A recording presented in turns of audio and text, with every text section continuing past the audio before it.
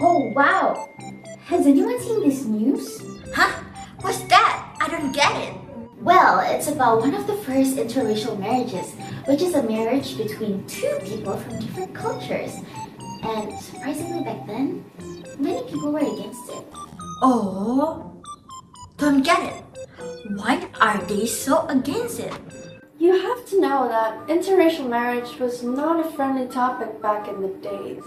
Some countries like the US forbids mixed race marriage because they believe that God created different races and placed them in different continents to prevent those relationships from happening.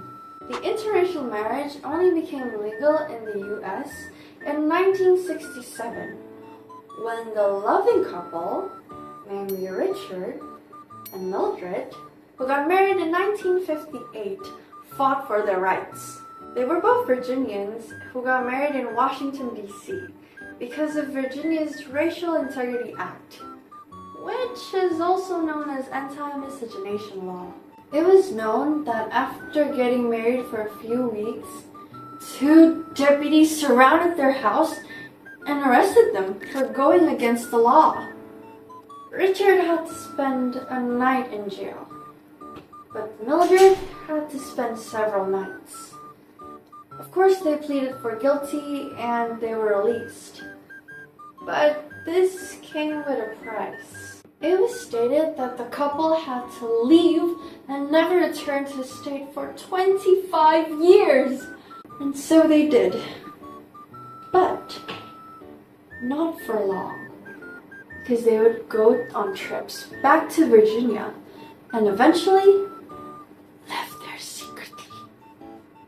Their case, which was called the Loving versus Virginia, was widely known around the US when they brought it up to Virginia's Supreme Court and eventually the US Supreme Court in 1963. So basically that was how this whole interracial marriage topic began in the US. And from that day on, the whole continent, around 50 states, legalized interracial marriage.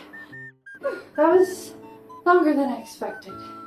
Yeah. But before the loving couple, interracial marriage actually happened in 1614. Where the legend says there was a princess called Matoaka. She was the daughter of Powhatan, a Native American leader of the tribe Sena Komaka. It was told that she was captured by some colonists in the middle of the Anglo-Powhatan War. She was captivated in Henricus, now known as Chesterfield County, Virginia, where she met a tobacco farmer from Norfolk, England, who later became her husband and got married in April 1614 to help bring peace between the Indians and the colonists. Their marriage was also known as one of the first interracial unions in Virginia. Oh, and by the way, if you didn't notice, this was the true story of Pocahontas. You didn't see that coming, did you, huh? Yeah, back to the present. People nowadays are more welcoming to the ideas of interracial marriages. Here, it says from 1967 to 2017, interracial married couples went from 3% to 20%. Wow, we can really see the acceptance rate of interracial marriage has continuously grown, although challenges about it still exist.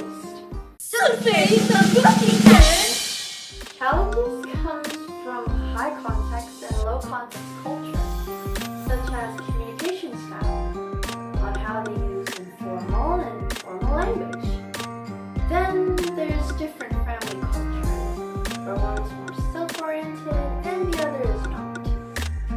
Tradition, lifestyle, music, hobby, and even humor can affect interracial marriage. Ooh, I want to add. What do you want to add? In Eastern culture, they usually take off their shoes when they want to get into the house.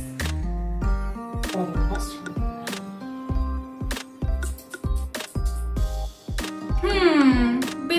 hard. Yeah, it is. That's why many people disagree about interracial marriage, because they tend to feel disappointed about the couple's choice on building romantic relationship, or even marrying outside their kind. But we can still marry someone outside of our culture, right? I mean, Adia Aminnaschinta got married with a Korean. I also want to marry my Opa. We could have a house by the countryside, and then a white picket fence, 2 dogs, 3 kids, and then a swimming pool. Hey, stop with your delusions. I mean, is there any benefits from interracial marriage? Of course there is! By being an interracial marriage, we acquire new understandings and new points of views regarding the world. Because different cultures means different values and perceptions of matter. And in an interracial relationship, 2 people from different cultures will have to navigate their way and compromise with each other. Some of our respondents also said that they compromised over food, different religions, languages, respecting life values, to even different parenting methods. Wow! Interracial marriage has changed so much over the years. I know, right? We're proud of y'all! And don't forget